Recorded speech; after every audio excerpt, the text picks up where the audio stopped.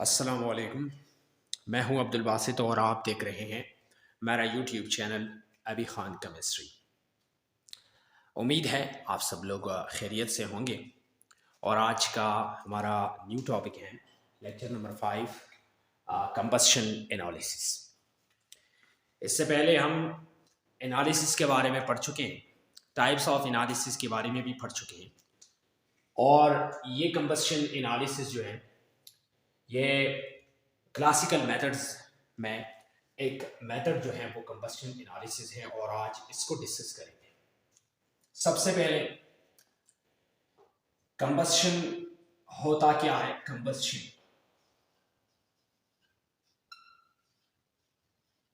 Combustion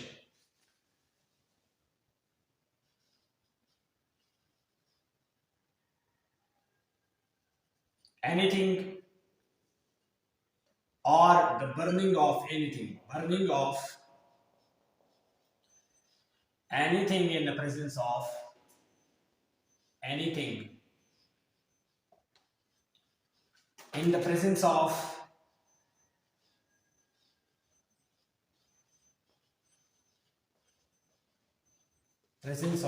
oxygen।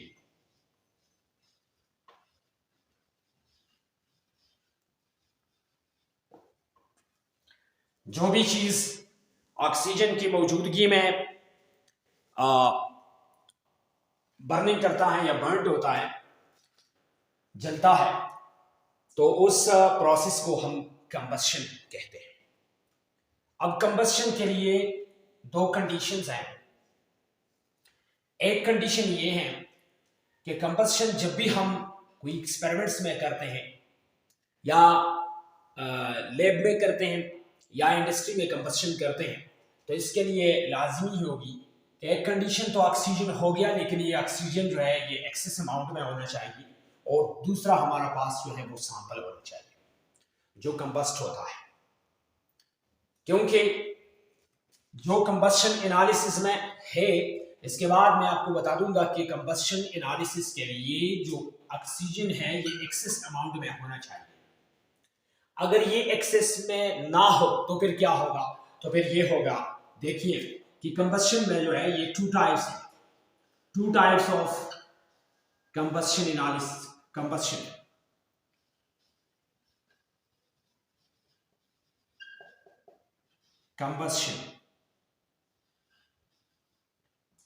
इसमें एक है, first one complete combustion,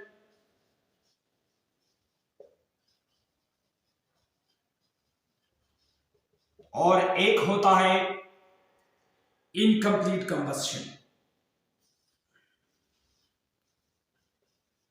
incomplete combustion, और ये कंबस्शन जो है ये असल में एक रिएक्शन है, ऑक्सीजन के साथ ये रिएक्ट करता है, तो इसी वजह से ये मेथड भी है, रिएक्शन भी है। कंप्लीट कंबस्शन हम किसको कहते हैं? जब एक ऑर्गेनिक कंपाउंड हो,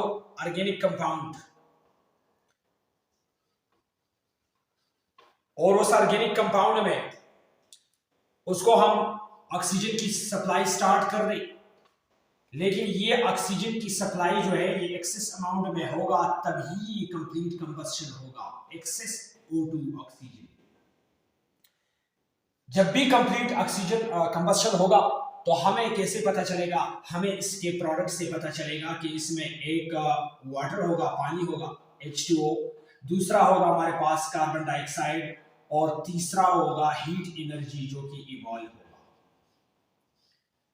जो कि सराउंडिंग में इवॉल्व होगा। अगर इसका प्रोडक्ट ये है वाटर, कार्बन डाइऑक्साइड और हीट, तो फिर इस किस्म की कंबस्शन को हम कहेंगे कंप्लीट कंबस्शन। कंप्लीट कंबस्शन बहागित वाई चिकला यूसी सोजी एक्सेस ऑक्सीजन की और ददी पता मुंत ददी ने लगी ददी द प्रोडक्ट ना चे प्रोडक्ट की सस छेदे यो वाटर बल कार्बन डाइऑक्साइड और बल हीट एनर्जी भी नो दसी किस्म प्रोडक्ट तेरा को कंबस्शन के दो प्रोडक्ट इदारा को नो दसी किस्म कंबस्शन तो व्यास वायु कंप्लीट कंबस्शन। इसको हम कहेंगे कंप्लीट कंबस्शन। और अगर इसका प्रोडक्ट कुछ इस तरह होता तो फिर इसको हम कहेंगे इनकम्प्लीट कंबस्शन। ऑर्गेनिक कंपाउंड हो, इसके साथ साथ ऑक्सीजन भी हो, लेकिन ये ऑक्सीजन जो है ये लिमिटेड अमाउंट में सप्लाई हो करता है, लिमिट O2। तो इसका प्रोडक्ट जो है वो भी लिमिटेड होगा। अगर ऑक्सीजन लिमिटेड अमाउंट में है, मतलब कंट्रोल अमाउंट में है, तो फिर इसका जो प्रोडक्ट है वो भी लिमिटेड ही होगा। और अगर ऑक्सीजन जो है वो एक्सेस अमाउंट में है तो इसका प्रोडक्ट जो है वो भी एक्सेस अमाउंट में होगा। यहां पर ये कौन कौन सी चीजें देते हैं, यहां पर ये 4 किस्म के प्रोडक्ट्स देते हैं, 4 किस्म की। यहां पर 3 प्रोडक्ट्स देते हैं, लेकिन यहां पर 4 किस्म के प्रोडक्ट्स देते हैं। उस 4 किस्म के प्रोडक्ट में एक कार्बन मोनोऑक्साइड होगा, एक वाटर होगा, तीसरा कार्बन होगा, लेकिन ये कार्बन जो है ये अनबर्न्ड कार्बन होगा। अनबर्न्ड मतलब ये जला हुआ नहीं होगा, रिमेनिंग पोर्शन होगा अनबर्न्ड कार्बन। और इसके साथ साथ हीट एनर्जी जो है वो भी होगा, हीट एनर्जी भी होगा, लेकिन इसका प्रोडक्ट जो है वो ये होगा। अगर इसमें अनबर्न्ड कार्बन है या कार्बन मोनोऑक्साइड है, carbon monoxide, water, unburned carbon, heat, अगर इस किस्म के प्रोडक्ट्स मिल गए हमें तो फिर ये जो कंबस्शन है ये होगा इनकम्प्लीट कंबस्शन। और अगर इसमें प्रोडक्ट्स जो है वो ये 3 किस्म के हैं तो फिर वो कंबस्शन जो है वो कंप्लीट कंबस्शन ही होगा।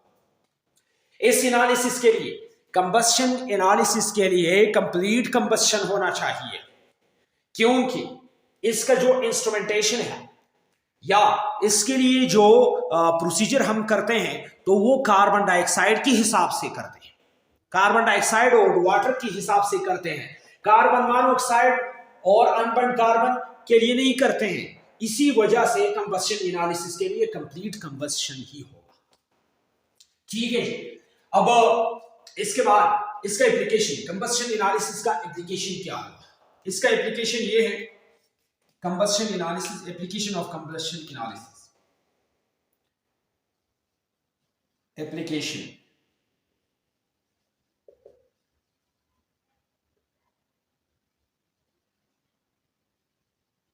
to identify, number 1, used to detect, it is used to detect oxygen element. Number 2, used to detect carbon. Number 3, used to detect oxygen.